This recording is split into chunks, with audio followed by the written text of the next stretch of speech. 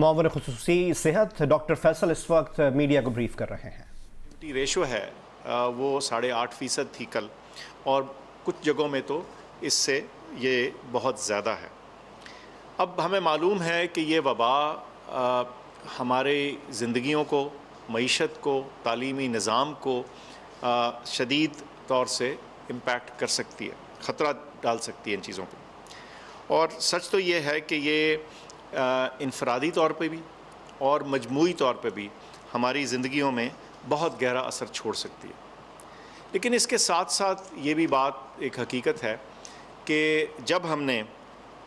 پہلی لہر کے دوران اس تیزی سے بڑھتی ہوئی بیماری کا مقابلہ کیا اور وہ اقدامات اختیار کیے جو سائنسی اعتبار سے مستند تھے، تو ہم نے دیکھا کہ ہم نے پہلی لہر کو کم ہوتے دیکھا اور اس کا پریشر اور جو زور تھا وہ ٹوٹتے دیکھا۔ اب بات یہ ہے کہ اس سے یہ چیز واضح ہوتی ہے کہ باوجود اس کے کہ یہ وبا خطرناک ہے، یہ ایسی نہیں جس کو کہ روکا نہ جا سکے یا کم نہ کیا جا سکے۔ دیئرفور چنانچہ ہم NCOC کے پلیٹ فارم سے سب سے درخواست کرتے ہیں اور تمام شہریوں سے درخواست کرتے ہیں کہ وہ اس کام میں، اس ایفرٹ میں اپنا بھرپور حصہ ڈالیں،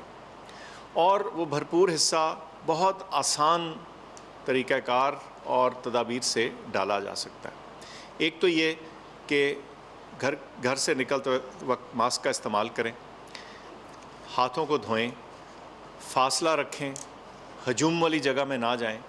اور یہ وہ اتنی سادہ اور آسان تدابیر ہیں جو ہر شخص چھوٹا اور بڑا اپنا سکتا ہے اور اس بیماری